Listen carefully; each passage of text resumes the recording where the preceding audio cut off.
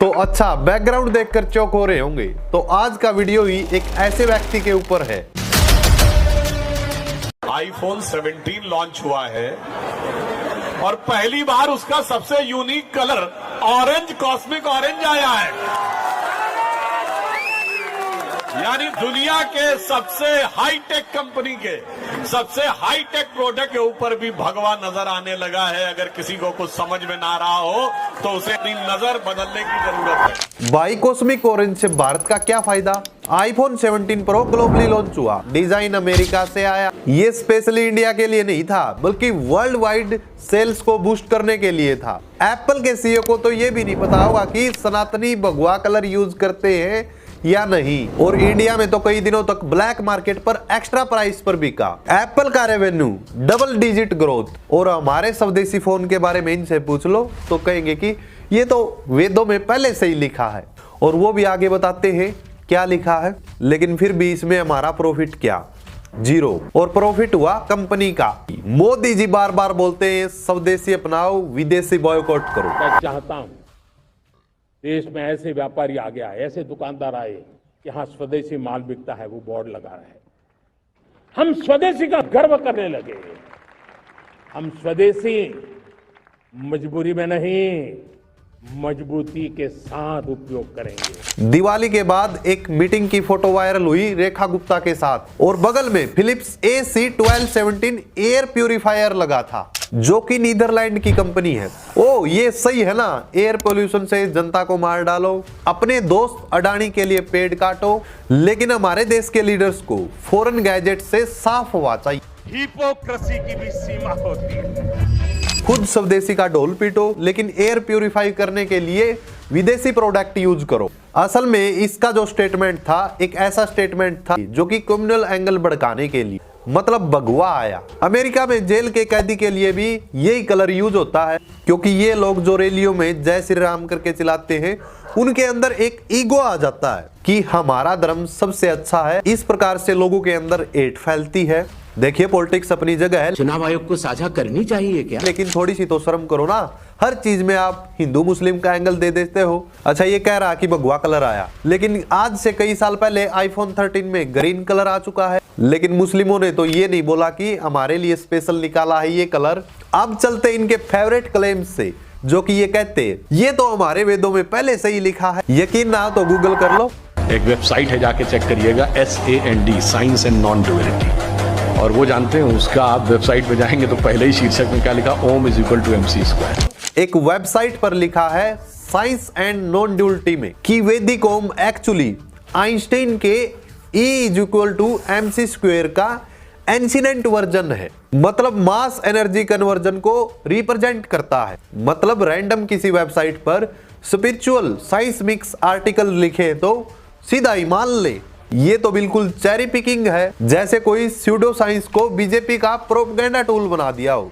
वैसे तो ये लोग साइंस को मानते नहीं, साइंस को मिक्स भी कर रहे हैं, यानी कि मॉडर्न टाइम के अकॉर्डिंग भी चल रहे हैं। रियलिटी में वो वेबसाइट एक कॉन्फ्रेंस ऑर्गेनाइजर है, जो कि फिलोसफी और फिजिक्स को ब्लेंड करता है, लेकिन कोई पीयर रिव्यूड साइंस नहीं, सिर्फ गुड फील वाइब्स के लिए है। आइंस्टीन ने 1905 में ये इक्वेशन ड्राइव किए रिलेटिविटी से, और वैदिक टेक्स्ट में ऐसा कोई मैथमेटिकल प्रूफ नहीं है। सुधांशु जी को लगता है कि मोदी जी के ग्लोबल इन्फ्लुएंस से एंशिएंट विजडम मॉडर्न हो गई है, लेकिन भाई ये तो सिर्फ वोट बैंक के लिए वेदों को हाइप करना है। अच्छा ठीक है, मैं भी दिखाता हूँ कुछ वेबसाइट्स और आर्टिकल्स। इंडिया में वोट चोरी हो रही है, अनएम्प्लॉयमेंट रेट बढ़ रहा है, टैक्स से इंडियंस की कमर तोड़ी जा रही है, और मोदी जी कम्युनल हेट्रेड फैला रहे हैं। माना ये बातें सच हैं, लेकिन क्या ये बातें मान लोगे? नहीं ना, क्योंकि पार्टी का सवाल। ठीक वैसे ही जैसे सुधांशु का ओम इज इक्वल टू MC², इसको भी इग्नोर करो, क्योंकि साइंस तो फैक्ट्स पर चलती है, किसी वेबसाइट के फैंसी टाइटल्स पर नहीं चलती। भाई त्रिवेदी जी एक वेबसाइट दिखाकर ओम को फिजिक्स का बाप बना देते हैं, लेकिन मैं दिखाता हूँ रियल इलेक्टोरल फ्रॉड के आर्टिकल्स। 2024 हरियाणा असेंबली इलेक्शन के लिए अपोजिशन ने क्लेम किया कि 25 लाख वोट्स गायब हैं। राहुल गांधी ने कहा एक ही वोटर आईडी से 22 वोट्स डाले गए। जैसे ब्राजीलियन मॉडल की फोटो यूज करके 22 वोट्स डाले गए। ये वोट चोरी स्कैंडल इतना बड़ा है कि विकिपीडिया पर भी है। 2025 इंडियन इलेक्टोरल कंट्रोवर्सी के नाम से एक स्पेशल पेज है। अच्छा, वैसे विकिपीडिया का नाम तो सुना ही होगा ना। और अगर मैं अनएम्प्लॉयमेंट और मोदी जी की 8 क्लिप्स दिखाने बैठ गया तो पूरे 3 आवर्स की फिल्म बन जाएगी। अब चलते हैं भाई के अगले पॉइंट। वो आपके भी ज्ञान को दर्शाता है। लेकिन हमसे आपके आलोचक कई कहे कि सुधांशु जी से पूछ लीजिएगा कि हमारे वेदों में क्या क्या लिखा है, क्योंकि दुनिया में जो प्रूफ होता है सुधांशु जी कहते हैं हमारे वेदों में लिखा हुआ है। तो एक बार सुधांशु जी बता दें।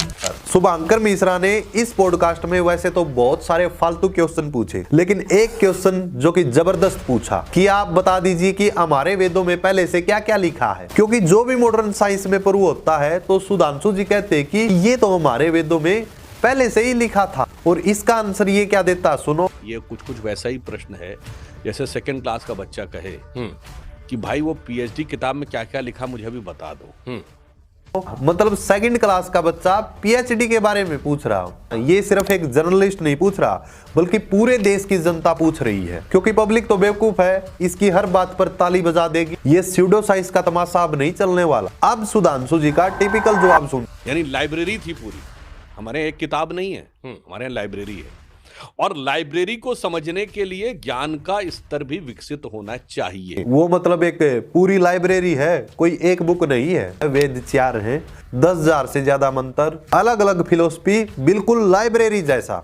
लेकिन फिर भी आप हर बार क्लेम करते हो कि ये एयरप्लेन था, वो रॉकेट साइंस थी, E=mc² थी ओम में। तो क्या कोई स्पेसिफिक रेफरेंस कौन से वेद में, कौन से मंडल में, कौन सी लाइन और पैराग्राफ में बोलते हो, लेकिन चैप्टर का नाम कहाँ है? और असली मजा ये है सुधांशु जी हर चीज प्रूव होने के बाद बोलते हो कि ये तो हमारे वेदों में पहले से लिखा था। जैसे आईफोन का कॉस्मिक ऑरेंज आया तो ये तो भगवा से इन्फ्लुएंस है। सॉरी, पहले बता देते कि वो चीजें तो वेदों में पहले से नहीं थी। लेकिन हर चीज पर बार बार ये बोलना कि ये तो हमारे वेदों में पहले लिखा था, ये तो कुछ ज्यादा नहीं हो गया? मतलब क्रेडिट लेने के लिए पूरा देश पता नहीं किससे सीख रहा है। तो भाई अगर सच में वेदों की इज्जत करनी है तो उनको स्पिरिचुअल गाइड बनाओ, ना कि साइंस में मत घुसो। उसको साइंस के शॉर्टकट में मत घुसाओ। स्पेसिफिक रेफरेंस दो, डिबेट करो और पहले से प्रेडिक्ट करो, तब मानेंगे। वरना ये सब कुछ पॉलिटिकल तमाशा लगता है देश को मिसलीड करने। यार मतलब ये सिंपल सी चीजें नहीं समझ पा रहे। जैसे एग्जांपल के लिए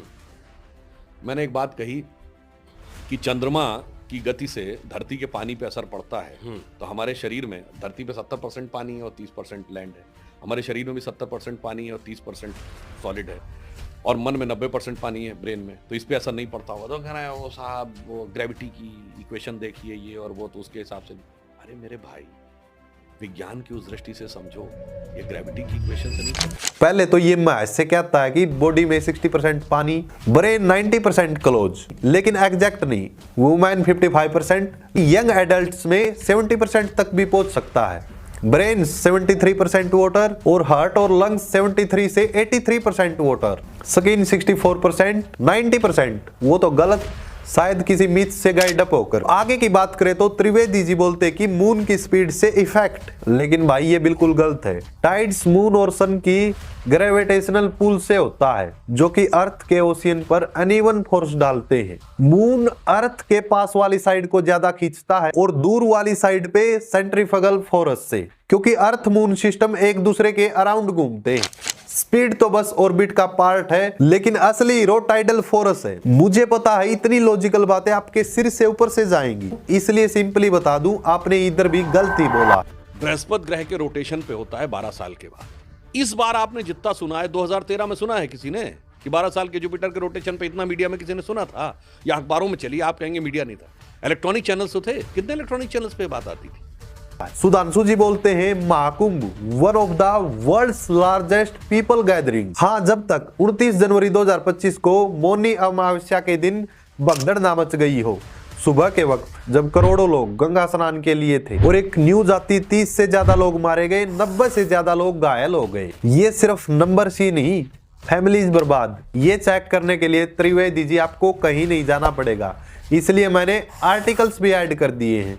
और इसके लिए कौन जिम्मेदार? यूपी पुलिस और ऑर्गेनाइजर्स। क्राउड डेंसिटी 10,000 पीपल पर स्क्वायर किलोमीटर तक पहुंच गई। बैरियर्स टूटे, सीसीटीवी फेल और रूट्स ब्लॉक, लेकिन यूपी सीएम ने सिर्फ कॉन्डोलेंस बोला। क्या इन सब चीजों पर यह बंदा क्यों नहीं बोला? क्योंकि पार्टी का सवाल था, और अपनी गलती एक्सेप्ट भी नहीं की, क्योंकि यहाँ पर जिम्मेदारी लेने की बात आ गई। अरे कोई पार्टी पुलवामा और पहलगाम जैसी चीजों को इलेक्शन के लिए यूज करती। अब ये इंटरव्यू में नेहरू की गलतियां गिनवा रहा चाइना के इशू पर, लेकिन हमारे एक प्राइम मिनिस्टर हैं जो कि चाइना को लाल आंख दिखाने की बात कर रहे। चाइना के साथ उनकी इन जो हरकतों के खिलाफ आवाज उठानी चाहिए थी, लाल आंख कर करके चाइना को समझाना चाहिए था। एक मिनट, एससीओ समिट हुआ जब ये कौन है जो कि लाल आंख दिखाने की बात कर रहे थे, लेकिन वो तो दूर की बात, अब तो हाथ मिला रहे हैं।